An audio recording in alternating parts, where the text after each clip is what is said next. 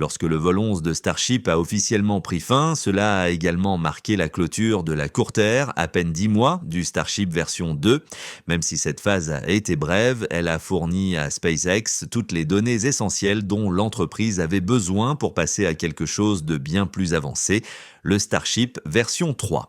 D'après Elon Musk, ce véhicule de nouvelle génération pourrait bientôt être utilisé pour des missions expérimentales vers Mars, peut-être dès l'année prochaine. Alors comment exactement le Starship V3 est-il conçu pour rendre cela possible? C'est ce que nous allons découvrir dans l'épisode d'aujourd'hui de Le Quotidien de l'espace. Après le vol 11 de Starship, le dernier lancement de l'année, il n'y a absolument aucun signe de repos à Starbase.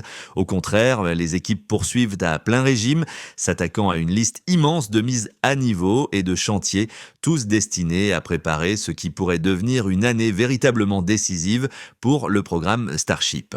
Sur le site de production, juste à côté des Megabays, SpaceX a commencé la construction verticale du nouveau Gigabay, le plus grand bâtiment jamais érigé à Starbase, conçu pour accélérer et rationaliser la fabrication de Starship à une échelle encore plus impressionnante. À quelques kilomètres de là, sur l'aire de lancement, les équipes démontent la rampe à pièce par pièce. Les chopsticks de la tour sont retirés, les fondations de l'OLM sont en train d'être démantelées et même les conduites de carburant ainsi que le blast berm sont arrachés.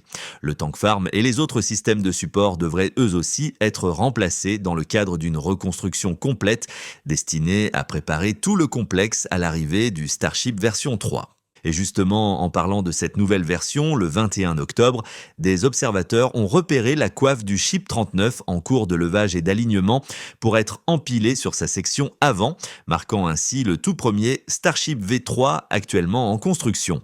Bien entendu, le Ship 39 a encore énormément de travail devant lui, soudure structurelle, installation du matériel et des systèmes de plomberie interne, aménagement intérieur, complétion du bouclier thermique, sans oublier les tests cryogéniques et les essais d'allumage statique.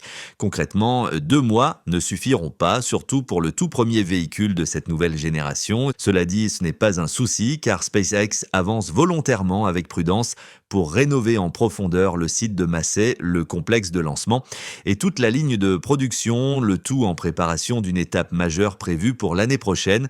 Et cette étape, justement, est de taille.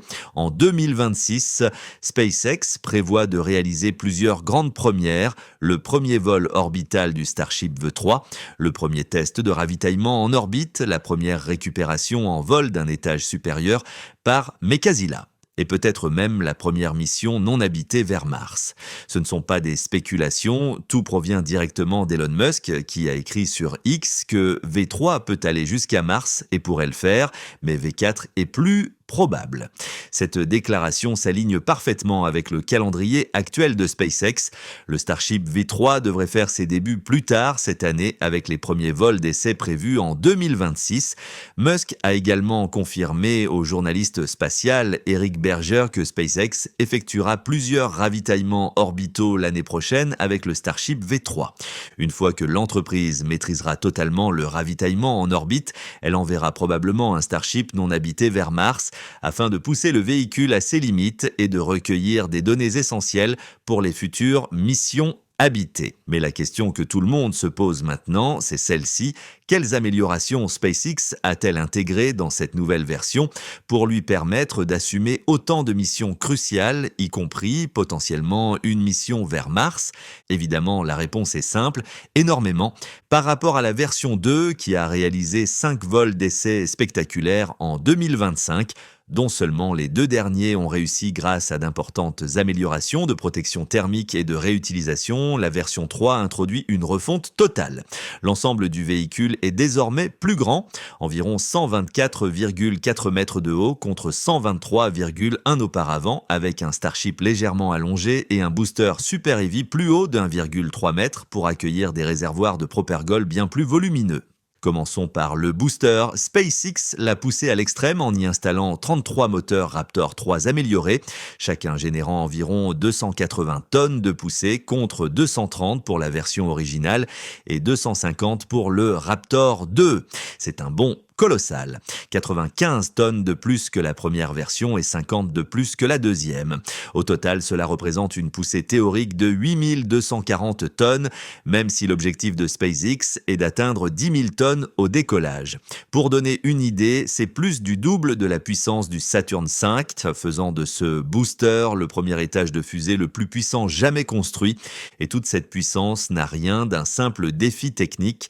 Elle permet au Starship d'atteindre des orbites plus élevées plus rapidement, tout en emportant davantage de carburant dans l'étage supérieur pour le ravitaillement orbital. Résultat, moins de vols de ravitaillement nécessaires pour les missions lointaines, comme celles vers la Lune ou Mars. On parle de jusqu'à 3650 tonnes de carburant et d'oxydant dans le Super Heavy, plus 1600 tonnes dans l'étage supérieur, soit un total de 5250 tonnes de propergol par lancement. C'est un bond significatif par rapport aux 4750 tonnes de la version 2. Ce surplus est indispensable pour alimenter les puissants Raptor 3, capables de maintenir leur poussée maximale durant toute la phase d'ascension qui dure plusieurs minutes. Cela permet aussi aux 33 moteurs de fonctionner à pleine puissance, offrant plus de poussée, un temps de combustion plus long et une capacité de charge utile accrue, même pour les missions les plus ambitieuses dans l'espace profond. Pour stocker tout ce propergol supplémentaire, SpaceX a allongé le booster. La version 2 mesurait environ 71 mètres, tandis que la version 3 atteint 72,3 mètres. À l'intérieur, le nouveau design intègre un gigantesque tube de transfert qui achemine le méthane liquide depuis le sommet du booster jusqu'à la baie moteur. Pour se rendre compte de l'échelle, ce seul tube est presque aussi large qu'un étage complet de Falcon 9. Et fait intéressant, même si la fusée est plus haute, son diamètre reste inchangé, toujours fixé à 9 mètres, comme pour tous les boosters Starship jusqu'à présent. Un autre changement majeur à l'intérieur du booster se trouve dans le réservoir de méthane liquide, qui comporte désormais un renforcement interne supplémentaire.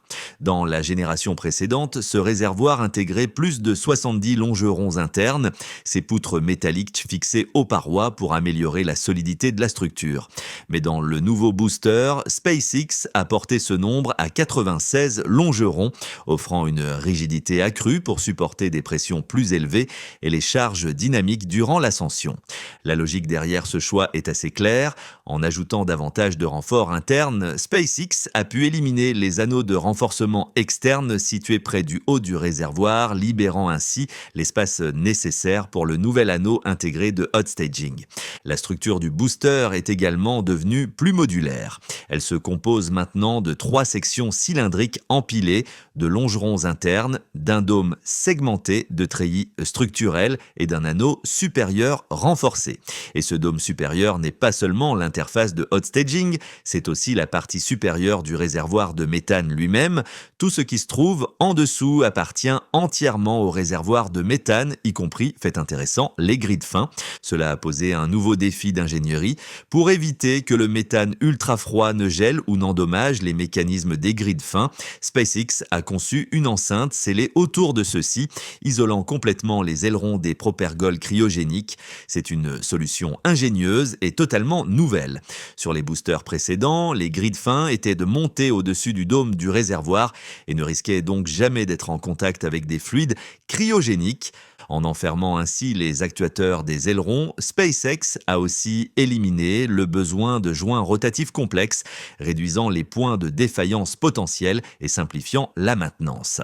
Concernant l'étage supérieur, le vaisseau, SpaceX a optimisé toute la configuration interne afin d'augmenter la capacité de propergol de 1500 à 1600 tonnes, sans modifier ni la hauteur ni le diamètre du véhicule, et ces 100 tonnes supplémentaires changent absolument tout.